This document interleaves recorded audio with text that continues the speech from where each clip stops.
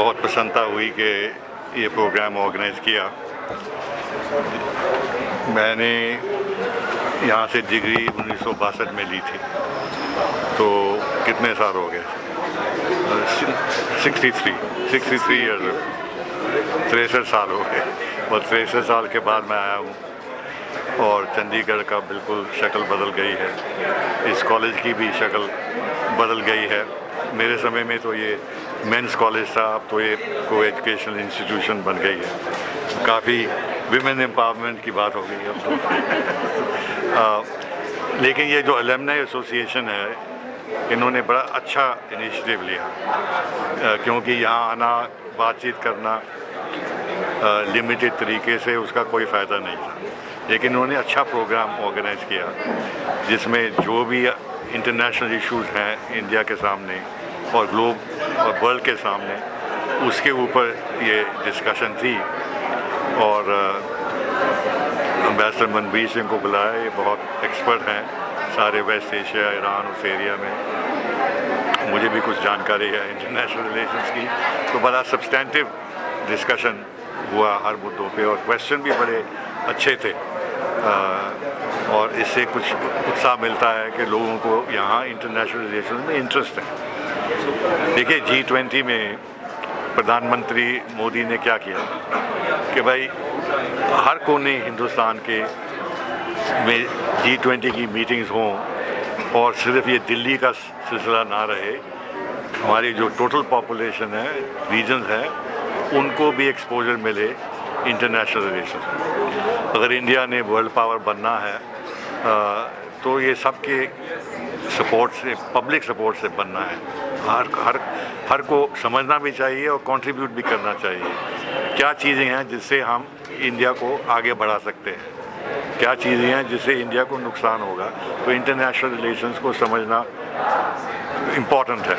दूसरा, Pakistan, Nepal, Bangladesh, Sri Lanka, Maldives, America, Europe, China, ASEAN countries, West Asia में Islamic countries जो हैं जिनके साथ हमारे रिलेशन इतने बढ़ गए हैं, ये अनइमेजिनेबल था कि भाई ये जो कंजर्वेटिव अरब रेजीम्स हैं, जहाँ से ये सारा टेररिज्म, वहाबिज़म आया, वो आप इंडिया के कितने निकट आ गए हैं। तो ये बहुत अचीवमेंट्स हैं और लोगों को समझना चाहिए कि भाई ये कैसे हुआ और आगे का क्या रास्ता है, क्या चैलेंजेस हैं। तो इसलिए मैं बहुत खुश हूँ कि हरदयाल जी सिंह ने और जो मिस्टर नंदा हैं और मिस्टर सोनी हैं, इन्होंने इतनी ये प्रोग्राम को ऑर्गेनाइज़ किया। और सबसे बड़ा इशू जो अब चल रहा है, सबसे बड़ा चैलेंज जो अब चल रहा है, वो डिपोर्टीज का है। जैसे 3 प्लेन अब तक इंडिया में आ चुके हैं और 3 प्लेन अमृतसर में आए हैं। पंजाब, हरियाणा, गुजरात के डिपोर्टीज अमेरिका में डिपोर्ट कर रहे हैं। जैसे उन्हें डिपोर्ट किया जा रहा है, कैंपस है, शहरों में जेलें हैं, उस पर आप क्या सोच रहे हैं? देखिए, प्रधानमंत्री ने खुद ही जवाब दे दिया था। इनको ये प्रश्न पूछा था वॉशिंगटन में, तो उन्होंने साफ साफ कह दिया था और ठीक कहा कि भाई जो लोग इलीगली आए हैं उनका कोई हक नहीं है रहने का, और हम उनको लेने को तैयार हैं। और दूसरा है कि ये जो प्रॉब्लम सिर्फ ये इलीगल, इस प्रॉब्लम की डिमेंशन बहुत बड़ी है कि ये जो लोग हैं, गरीब लोग हैं, मिसलेड लोग हैं, इनको बकाया गया, और ये नहीं है कि वो क्रिमिनल हैं। तो इसलिए ये जो नेटवर्क, ग्लोबल नेटवर्क जो है, इसका हल ढूंढना चाहिए और इस पे मदद होनी चाहिए सबकी। और बाकी ये जो उनको हथकड़ी लगाकर और बेड़ियाँ लगाकर भेजा है, देखिए ये तो अमेरिका का तरीका है। जब IMF का डायरेक्टर IMF का, जो फॉर्मर फ्रेंच इकोनॉमी मिनिस्टर था और जो फ्रेंच प्रेसिडेंशियल कैंडिडेट था, जब उसका कोई सिलसिला हुआ न्यूयॉर्क होटल में, सिटिंग IMF डायरेक्टर, उसको अमेरिकन पुलिस ने हथकड़ियाँ लगाई और बेड़ियाँ लगा के उसको होटल से निकाल के जेल में ले गए।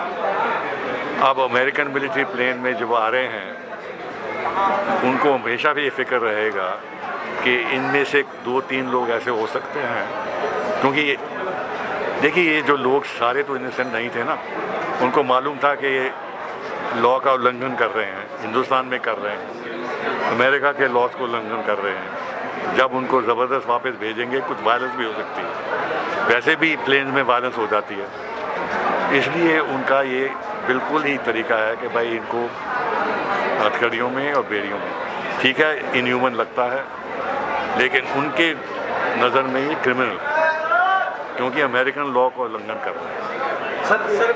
और ये भी नहीं है कि वो जब मैक्सिकन हैं, जो ग्वाटेमालन हैं, लैटिन अमेरिकन हैं, उनको तो हथकड़ियों और बेड़ियों में डाल के वापस भेजें और हिंदुस्तान को अलग तरीके से ट्रीट करें।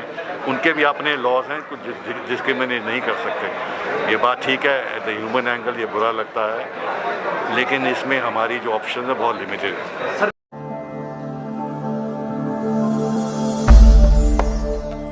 भगवान का नाम और ध्यान घर में रहेगा हर वक्त। सकारात्मक प्रभाव वेदाक्ष धूप बत्ती से। वेदाक्ष ज्योतिष सेवा संस्थान द्वारा अभिमंत्रित धूप बत्ती रोज, मोगरा और बेलपत्र की महक से लक्ष्मी का होगा वास। वेदाक्ष धूप बत्ती।